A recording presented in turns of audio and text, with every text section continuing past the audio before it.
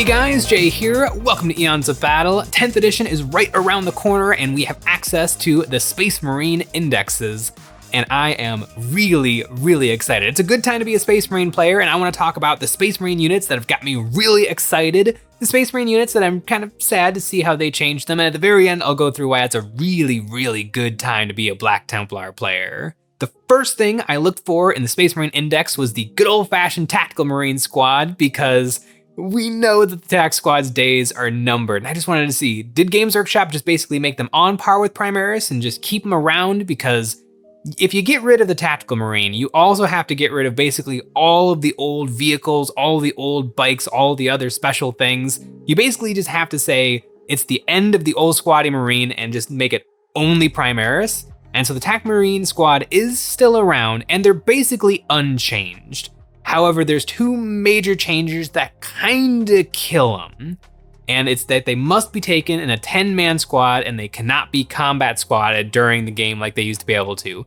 And this is a humongous nerf. I mean, I guess if TAC Marines are very cheap when we end up with the points, then maybe they'll be worth something, but not being able to take a 5-man Tactical Marine squad basically kills the Razorback, because the Razorback can transport 5 squatty models. And I was planning on, I love my Laserbacks. It's like the only anti-armor I have in my entire army, and so I was really hoping for a 5-man TAC squad. And the 5-man TAC squad can still take some stuff, like they can take a las cannon, they can take a special weapon and something cool on the sergeant. So maybe just throw a really cheap TAC Marine squad in the back of the Laserback, blow up a couple of tanks during the game, and then drop them off on an objective. That would have been, mwah, it would have been chef's kiss. But 10 don't fit in a Razorback. 10 do fit in a Rhino, but I also don't know why necessarily you would want to do that, as opposed to taking Intercessors, because the Intercessors are just what Space Marines should be. They're bolt guns, which have changed also. The Intercessor bolt gun has gone from those 3 weapon profiles where you just, in different points in 8th and 9th edition, one of the two, like the scope, the slightly bigger scope, or the drum magazine were each slightly better. All of that's gone, and now just the basic profile is very good. I think that's a really great move, because now in my painting and modeling, I can just pick whichever one I think looks the best. Personally, I really like the drum mag, although I do like the big scope on some guys. But the Intercessor squad is really good. The TAC Marine squad, you can't 5-man it, you can't just have them in a Laserback, and I think that's really gonna bring down the quality of not just the TAC Marines, but also the Razorback, because I could put scouts in there, but I don't wanna put scouts in there. If my opponent can't deal with 5 scouts on an objective, they're not doing their job. 5 Space Marines, they have a good chance of keep holding on to that objective, but 5 scouts do not. So sad to say that the TAC Marine squad is just not looking that good in 10th edition. However, there are some old Squatty Marine units that are looking fantastic, and the one that got me the most excited is the Maz old-fashioned Space Marine Biker. This unit has always been okay, but right now they are looking amazing. They can be taken in a squad of 3, 2 bikers and a sergeant, and they have access to special weapons. 2 guys can have a special weapon, the sergeant can have some sergeant equipment. And so what you could do, this is one strat I have in my mind, is to take plasma guns on 2 of the bikers and just zoom them to whatever objective I need and let them get some plasma shots off. Pretty darn good, but they can also have an attack bike in their squad, and so all of a sudden, you got 2 Meltas, an Inferno pistol, and a multi-Melta in one little squad that can rocket across the board. That could be amazing. It's not very many models, so it'll probably be pretty cheap in points. And just being able, without, what we used to do is, drop pod and a bunch of Stern Guard veterans hopping out with multi-Meltas. But the Biker multi-Melta might even be a little bit more functional because they're on bikes and they can just scooch around. Hopefully run up, absolutely destroy something, and if they happen to survive, which I don't necessarily need them to, just scooch them back onto an objective with their awesome movement characteristic. The bikers are looking really good. I'm honestly way more excited for the old school bikers than I am for the Outriders.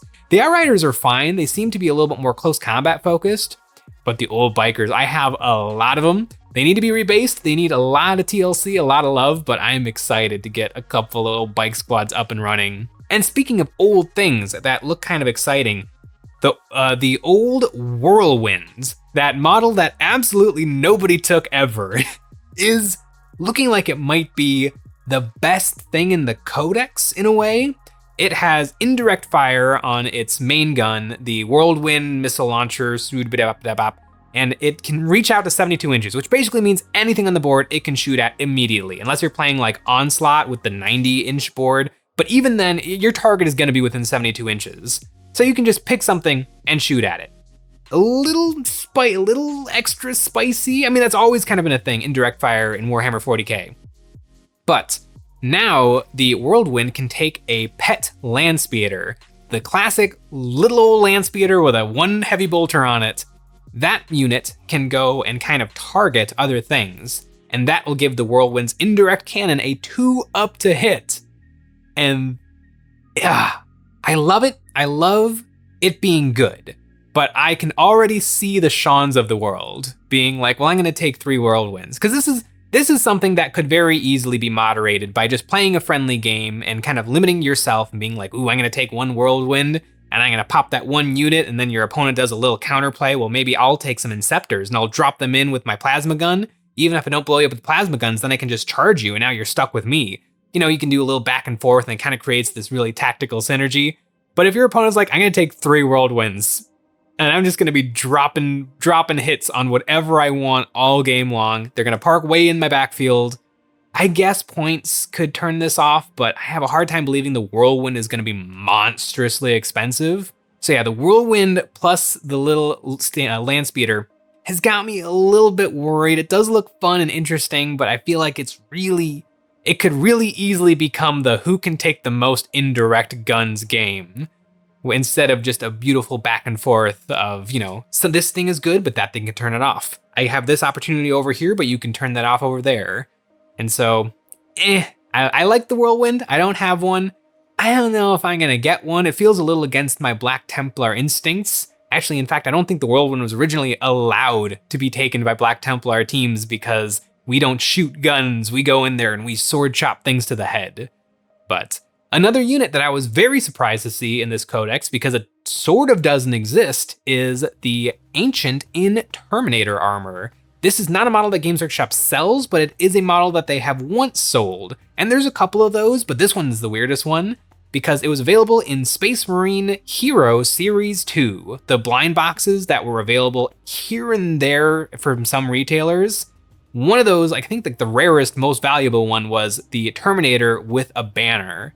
And it's just a Terminator with a banner. It's not like the most amazing thing in the world, but it also has a teleporter. And so all of a sudden, Terminators are tough. Terminators are hard to deal with. And if you keep those suckers in reserve and all of a sudden, like in a turn where there's a hotly contested objective, teleporting a bunch of Terminators with 2 objectives secured onto an objective, good luck dealing with that. It instantly completely transforms like the dynamics of the game. That is a really interesting thing that Games Workshop just invented that didn't exist before, and it's really, really interesting. Although going in with the characters, all of the characters have kind of taken a little bit of a downgrade. I don't remember if Warhammer Community said this, but there was kind of a rumor going around that 10th edition would be a little bit less killy. I don't know if it's going to be that much less killy, because the HQs, although they might not hit quite as crazily hard, they all have abilities that buff squads that they can be attached to. Now, all of these units are very specific on which units they're allowed to be taken with, so essentially that unit becomes the bodyguard of the leader. And so, unfortunately, my Gravis captain can only join other Gravis squads, and I'm not that interested in Gravis squads. Maybe heavy intercessors, but if I was taking a heavy intercessor squad, I would want a Gravis captain who has a mastercrafted bolt gun, not a chainsword. So he might have to be foot slog in it, although his Gravis armor will help keep him alive.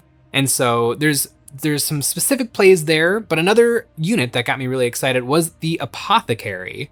Apothecary a little bit specifically for my Black Templar, because he can only heal the units that he can join. And it's a pretty small list. It's like all of the intercessors. Actually, it's just pretty much all of the intercessor type units, everything that is in Mark 10 Tacticus armor. But he can heal a guy. Actually, he can resurrect a guy from the dead. And if his squad gets wiped out. If he is the last man standing, he can get a victory point, or a command point on a 2-up, which is just a lovely little cherry on top. I think that that's probably gonna happen. Maybe you play, if you bought an apothecary for a squad, you're probably planning on playing them really aggressively, so they will probably die over the course of the game. And so that is just one extra command point. You're basically trading your apothecary, who's dead the next turn. You're trading your apothecary for one more command point, and that is a really, really powerful little thing. I like them a lot. I'm very excited as a Black Templar player, but another really funny thing you could do with an apothecary is take them attached to a Hellblaster squad, because Hellblasters can shoot on death. And Hellblasters can die from their own shots because of the hazardous weapon keyword on their plasma guns. So a Hellblaster can fire a shot that kills them, and then they get to immediately fire another shot because they get to do an action upon death. And then that apothecary can resurrect one Hellblaster. So a Hellblaster can shoot, kill himself, get a free shot off, be dead, resurrected, fire his gun, kill himself again, and then shoot again on death. It's a lovely little revolving door. I think Hellblasters are actually going to be pretty darn solid, and especially in smaller squads, maybe 5. Although a 10-man squad would be a pretty darn big, powerful powerhouse, and probably what you'd want to do with an attached apothecary, so that just to make sure that that squad sticks around to do their job. Where a 5-man, you're kind of saying, I'm gonna get probably one good turn of shooting off, and then whatever happens, we're a big 10-man blob. But speaking of a squad that the apothecary probably wouldn't want to join because they really got hit hard with the nerf bat, is Vanguard Veterans. I have a whole bunch of Vanguard Veterans, and they were a really, really popular unit because of Storm Shields and Thunder Hammers. Vanguard Veterans with Storm Shield and Thunder Hammers can zoom across the board and just beat anything to death. They were really crazy powerful, and now they have been completely nerfed because all of those beautiful weapon options they used to have been changed into one profile that is, I think, relic weapons. And it's an okay-ish profile. It's nothing to go crazy for. And I am slightly lucky because all of my Vanguard Veterans were given Lightning Claws, which was the maximum number of attack, not crazy powerful attack weapon. Kind of really good for like shredding orcs or guardsmen or something like that, which to be fair is not anything that Space Marines ever struggle with. Pretty much everything in the Space Marine Codex is really good at killing orcs and guardsmen and low toughness, things like that. So the Vanguard Veterans are kinda dead. And what's kind of weird is that the regular Assault Squad is actually better because the Assault Squad still has access to some of those special weapons. I mean, you can take a Storm Shield and Thunder Hammer on your captain. You got some more special equipment that you can take on, I think, 2 of your normal guys. So the Vanguard Veteran Squad is kind of dead, and I guess you could just take your Vanguard Veteran Squad and call it an Assault Marine Squad, because that's how you get the tools that you need. It's kind of bizarre how much they changed. I'm really surprised that the Vanguard Veteran Sergeant didn't at least get to keep his specific war gear, but it goes very similarly along the same lines of combi weapons. I love a good combi weapons, particularly in Kill Team, because they're absolutely phenomenal in Kill Team. I love them, but they have fundamentally changed for the first time in Warhammer 40,000's history. It's always been a regular old bolt gun and an underslung something else. Plasma gun, flamer, grav gun, melt-a-gun, and it's always been great. Sometimes it's been just one shot per game, which is still decent, but now it has actually been completely changed to just one profile, which is a pretty decent bolt gun. Not an amazing bolt gun, just a pretty decent bolt gun. It can maybe hand out a mortal wound if you're within 12 inches, but it's really surprising to see it completely vanish, especially since Games Workshop just came out with the Primaris Stern Guard Veteran, which have combi weapons as their base loadout. But even though one of them has a plasma combi and one of them has a melta combi, they both are the exact same gun, just a bolt gun that shoots a little better. Like literally, I searched through all of the pages, through all of the core rules, through all of the indexes, because I was sure that there was like, oh, there's gonna be an asterisk. By the way, combi weapons, you shoot with you pick a profile and then you use that. But nope, combi weapons are kinda gone, which is sad. I really didn't expect them to go because Games Workshop just made a unit with combi weapons, but if they hadn't just made Storm Guards, I would have said, yeah, I guess it's a little finagly, and every single edition people have been cracking their little combi weapons in half to find the right bit, because flamers are good now, or gravity is good now, or melta is good now, or plasma is usually always pretty great. But now, no matter what your guy is equipped with, it's just a bolter. It's just a bolter that is a little better than a regular bolter, but I don't know. Really, really bizarre. I'm really, really excited to start list building for the Space Marines. I haven't really list built for 40k in a very long time. I've played around in Battlescribe here and there, putting together army lists, but usually just to see like what the points are of things. But it's unlocked a little thing in me. It's unlocked those high school memories with my old 5th edition Necron Codex that's just all beat up from spending literal years in my backpack, writing in the margins, coming up with all of these synergies and strategies and which units are gonna go well with which units. I remember my favorite thing to do, it doesn't work quite as well anymore because orcs are much better than they used to be, but every single time I would put together a kit for my armies, I would always make them fight a big blob of orcs. I would just math hammer with myself because it was really fun to see so many orcs die. And it's really not a good way to figure out if your squad is good or not, is how many attacks can lead to dead orcs, but it was just a really, really fun thing to do. And man, the Black Templar are looking really, really good. I don't know that much about like the Space Wolves and the Dark Angels and the Blood Angels, but the Black Templar have one of the greatest things ever, and it is incredibly buffed by this new style of characters where characters are meant to join units and then give that unit that they've joined a huge buff, and that is the Crusader Squad. And because Crusader Squads can be taken in squads of 20, and that is huge because now all 20 of those guys who are with Helbrecht or who are with Ocastellan or who are with Grimaldus, all 20 of those guys get the benefits of being attached to that hero. It makes them so cheap. There's a huge uproar in the Black Templar community of why Helbrecht only has 5 wounds when most other chapter masters have 6. And I don't know why it would be the case, but he is essentially going to have 5 wounds plus 20 for all of the guys attached to his squad. So 25 wounds, it's gonna be really, really hard to chip away 25 wounds. And meanwhile, his buffs get applied to that squad. I do want to make a lovely, fluffy Black Templar list, but looking at the rules, it's really hard to not be like, all right, 20-man Crusader Squad with Grimaldus, 20-man Crusader Squad with Helbrecht, 20-man Crusader Squad with Chaplain, 20-man Crusader Squad with, just make as many of those squads as I possibly can with a hero attached, maybe an apothecary, depending on how expensive they are, would just be wonderful. It'd be like Orc Green Tide, but with Black Templar Space Marines. And which in a way is fluffy. Although a little cheesy with some of the rules going on.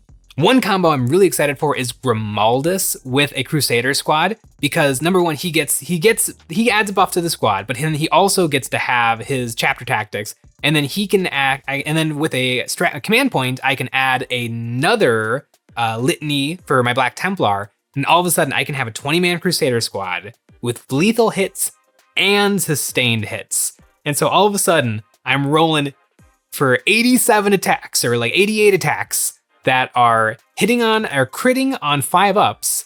Every crit is exploding into another hit, and those crits are also jumping straight to hits. So 87 attacks that are hitting on 5-ups and adding 1 extra wound, the automatic wound is, it's gonna be like physically challenging to get all 20 of the Crusader Squad into combat, because even with the 3-inch pile-in, I'm probably not gonna be able to get every single one of those Crusaders into combat range of my enemy. But man, I'm looking forward to it. I built my Black Templar as a close combat army, like in 6th edition, and they sucked really, really bad because close combat was not the thing for Space Marines at all. And then I slowly over time, it morphed into a very shooty focused Space Marine army with barely any Black Templar focused things. In fact, I actually ripped the backpacks off of my Crusader squads and glued on jump packs just so that I could get something out of them. But man, I think I'm gonna go right back the other way. Get out of here, Whirlwind. I don't care if you're good now.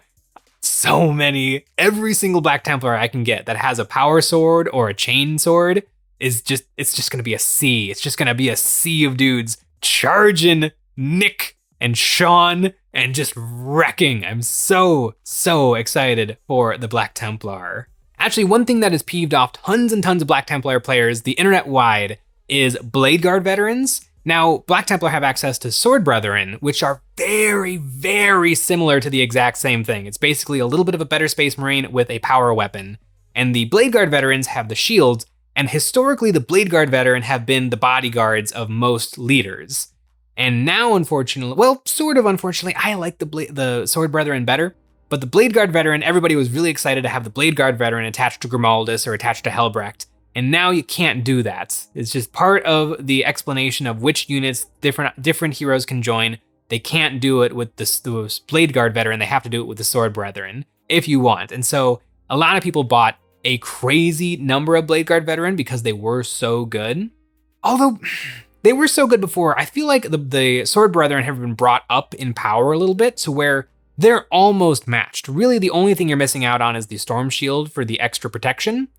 But the Heavy Bolt Pistol is still decent and lets you shoot into close combat. I honestly think that the two squads are basically mathematically like identical. One of them is a little bit tougher, but it has less units in it. One of them is a little bit weaker, but it has more units in it. I think that they're pretty much exactly the same. So if you have some Blade Guard veterans, maybe you just call them Sword Brethren. You leave, if you have two squads of 3, you leave one out, so it's a 5-man squad, and you just call them Blade Guard or Sword Brethren. I think that's one easy way around it because they're just so similar. But really exciting time to be a Black Templar player. And the Xenos Index comes out soon, so I'll get to know how my Necrons have fared in this new edition. I did read the rules for the Tyranids, although I don't actually have them in my hand yet because my Leviathan box is still trapped somewhere in the warp, but I'm gonna get it soon. It's a really exciting time. I really wish I had some really good terrain to play 10th on. And in fact, I do because of our Patreon. Over there, we have a brand new STL terrain pack every single month, and this month we have the Gothic Modular Trenches, a perfect addition to any battlefield to keep your miniatures protected. We also make one episode of Eons of Battle every single week where we take a look at our viewers' miniatures and give them some ideas and critiques of how to improve their painting. We host live Discord hangouts, and we have a new tier where you can get your name on one of my Black Templar Space Marines, probably a Crusader Squad member, and you can join the crusade. We also stream 2 nights a week on Twitch every Tuesday and Thursday from 5:30 to 8 p.m. Central Time. I am so excited for 10th edition. It feels really good to be getting back into Warhammer 40,000 proper. Kill Team is my love, but Warhammer 40k is where I got my start. Thanks for watching.